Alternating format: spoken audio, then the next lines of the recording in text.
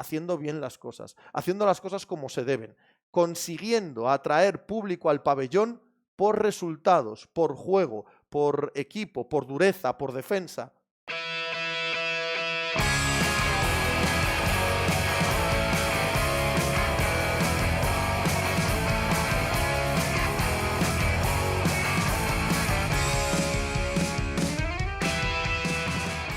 Hola, ¿qué tal? Hoy estamos a martes 25 de junio del año 2024. Os hablo desde Torrelodones, en Madrid, en España. Yo soy Pepe Rodríguez y este es el programa número 1447 de la sección de deporte norteamericano de Pepe Diario. Los Florida Panthers han ganado la Stanley Cup de la NHL. Pueden respirar aliviados. Lo que tenía que haber sido una fiesta absoluta, un jolgorio total para una franquicia que nunca jamás había conquistado este título, se acabó convirtiendo en una situación de alivio por no haberse convertido en el único equipo en la historia moderna en ser remontado en unas finales un 3-0. Ya sé que la NHL había pasado esto antes en 1942, los Toronto Maple Leafs remontando 3-0 a los Detroit Red Wings, pero el que quiera saber por qué no considero que es la misma cosa puede escuchar la entradilla que hice ayer aquí en Pepe Yankee y ahí queda claro, queda explicado, al menos desde mi punto de vista, por qué no podemos comparar una cosa con la otra. Y aunque es verdad que ha habido en el deporte norteamericano alguna que otra remontada en hockey y en béisbol, nunca en la NBA, ninguna puede equipararse a perder en la final. Sí, en el 2004 los Boston Red Sox y los New York Yankees, la remontada de los de Boston en la final de la Liga Americana fue increíble y probablemente la más impactante en toda la cultura yankee, pero no eran las World Series. Las World Series se ganaron luego, unos días después, y ese punto cambia un poco las cosas. El caso es que Florida, después de ponerse 3-0 y de llevar al séptimo el partido por parte de los Edmonton Oilers, ayer ganaron y volvieron a ganar como son ellos. Desde la defensa, desde la efectividad, con un portero Bobrovsky que pasa a la historia de esta franquicia y probablemente de la NHL porque estamos hablando de una de las finales más icónicas de todo el siglo XXI. No teníamos séptimo partido desde el año 2019. Conseguirlo de esta manera y por parte de esta franquicia estamos hablando de algo que no podemos pasar por alto como que fuese un título más o un anillo más. Porque los Florida Panthers, que nacen en los años 90, han sido muy a menudo una de las franquicias pobres, miserables y abandonadas de la NHL. Hubo un tiempo en el que ni Dios iba a verles entre la nula cultura del hielo que hay en Miami, en el sur de Florida, y la propia cultura de la zona en cuanto a los deportes. Allí solo va la gente en caso de que el equipo gane, si no, no van, y a esto se enfrentan los Miami Heat y los Miami Dolphins y todas las universidades que por la zona pululan, los Miami Hurricanes, que es una de las más grandes del país, si no están para competir, allí no va ni Dios a verles. Es la realidad de la zona. No es ni bueno, ni malo, ni mejor, ni peor. No estoy aquí juzgándolo. Es lo que sucede. Y los Florida Panthers ha habido muchos años en los que ni regalando entradas conseguían meter a 4.000 personas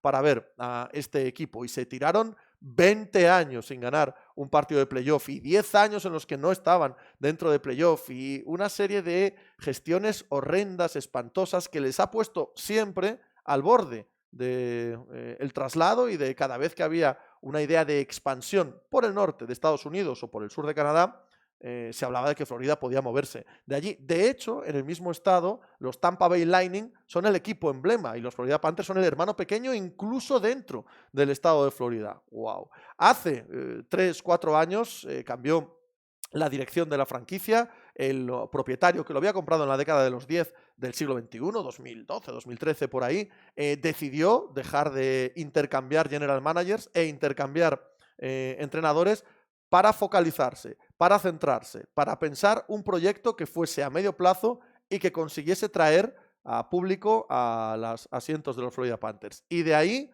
con Paul Maurice como entrenador, el segundo tipo que más partidos ha entrenado en la historia de la NHL, el cuarto tipo que más partidos ha ganado como entrenador en la historia de la NHL, y con una serie de muy atrevidos traspasos y de muy agresiva construcción de plantilla, sobre todo con la llegada de Matthew Tkachuk en última instancia. Por cierto, lo veréis hoy, paréntesis al margen, si seguís el periodismo norteamericano, veréis hoy fotos de Matthew Tkachuk con 12, con 13 años, junto a Jason Tatum, porque fueron compañeros de colegio. Y hoy, ahora, en este instante, Jason Tatum es campeón de la NBA y Matthew Tkachuk es campeón de la NHL. Cierro paréntesis. El caso es que fue un traspaso gigantesco que vino a engordar la idea de una franquicia que tenía unas aspiraciones y unas ambiciones máximas. Estas ambiciones les llevaron el año pasado a jugar la final de la Stanley Cup y este año a convertirse solo en el equipo que puede no perder unas finales, jugar 2 consecutivas y acabar ganando la Stanley Cup, de los poquísimos que han conseguido esta hazaña en la historia de la NHL, en la historia de la National Hockey League. Todo lo que han hecho en los últimos años ha acabado saliéndoles bien.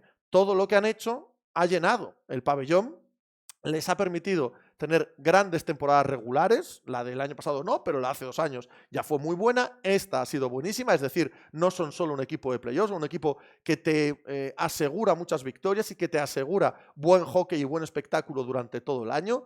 Han sido un equipo que se ha convertido, aparte de un foco de atracción en su ciudad y un foco de atracción para todos los que nos gusta esta liga, también se ha convertido en un destino muy interesante para agentes y jugadores porque tiene la fama justamente ganada en los últimos 4 años de hacer las cosas muy bien, de draftear muy bien, de permitir desarrollar a los jugadores, de tener un entrenador muy inteligente que sabe de sobra cómo ordenarlos, de utilizar a todos esos jugadores durante todo el partido una intensidad enorme en la que pueden brillar las terceras líneas, las cuartas líneas. Aquí brilla todo el mundo porque hay tiempo para todos y no se trata de una franquicia que se haya estructurado en torno a grandes nombres, aunque evidentemente los tiene, el citado Bobrovsky, Barkov, que lleva allí toda la vida, fijaos si se lo merece. Ya he hablado de Tkachuk, que es probablemente la estrella, y siendo la estrella ni siquiera es el jugador que en finales, en esta temporada, ha brillado por encima de ninguna otra. No.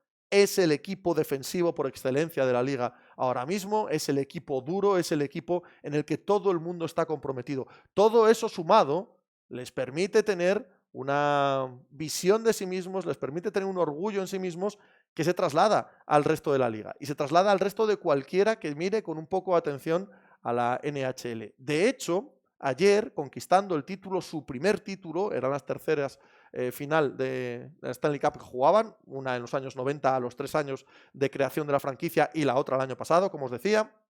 A pesar de haber ganado, el MVP, solo por segunda vez en la historia, el MVP no está en el equipo ganador ni es un portero. Alguna vez ha pasado, 3, 4 veces, que un portero del equipo rival sea el MVP, pero patinador del equipo rival que sea MVP solo es la segunda vez en la historia que pasa. Y eso tiene mucho que ver con quién se lo ha llevado, Connor McDavid, de manera incuestionable, el mejor jugador de hockey del planeta, por lo que hizo, sobre todo en el cuarto y en el quinto partido, sumando 8 puntos, esto es 8 entre goles y asistencias, se dice pronto, y a Florida esto le da exactamente igual. Y a Florida le quitan este MVP no solo porque Connor McDavid es tan bueno, sino también porque nadie sobresale dentro del grupo de los Florida Panthers lo suficiente como para pensar que le deben dar el MVP de manera automática. Y se produce esta aberración histórica de que ninguno de ellos se lleva el MVP, ya os digo yo, que les importa un carajo, porque además refuerza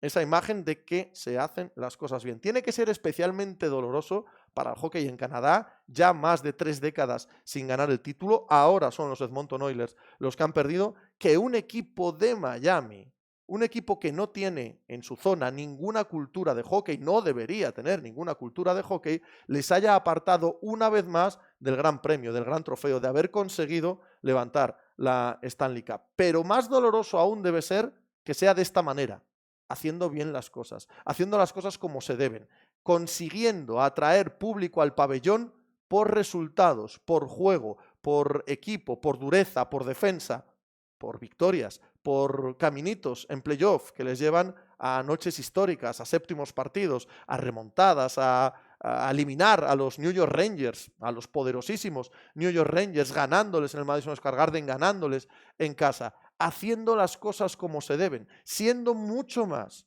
emblema de la gestión, de la planificación, de la ejecución, de cómo deben funcionar las franquicias de la NHL que las propias franquicias canadienses, que tienen todo lo demás, que tienen todo el público volcado, todo un país detrás, toda una afición que no piensa en otra cosa nada más que en su equipo de la NHL. Gloria absoluta a los Florida Panthers, alivio absoluto también al haber evitado estar en el lado malo de la historia.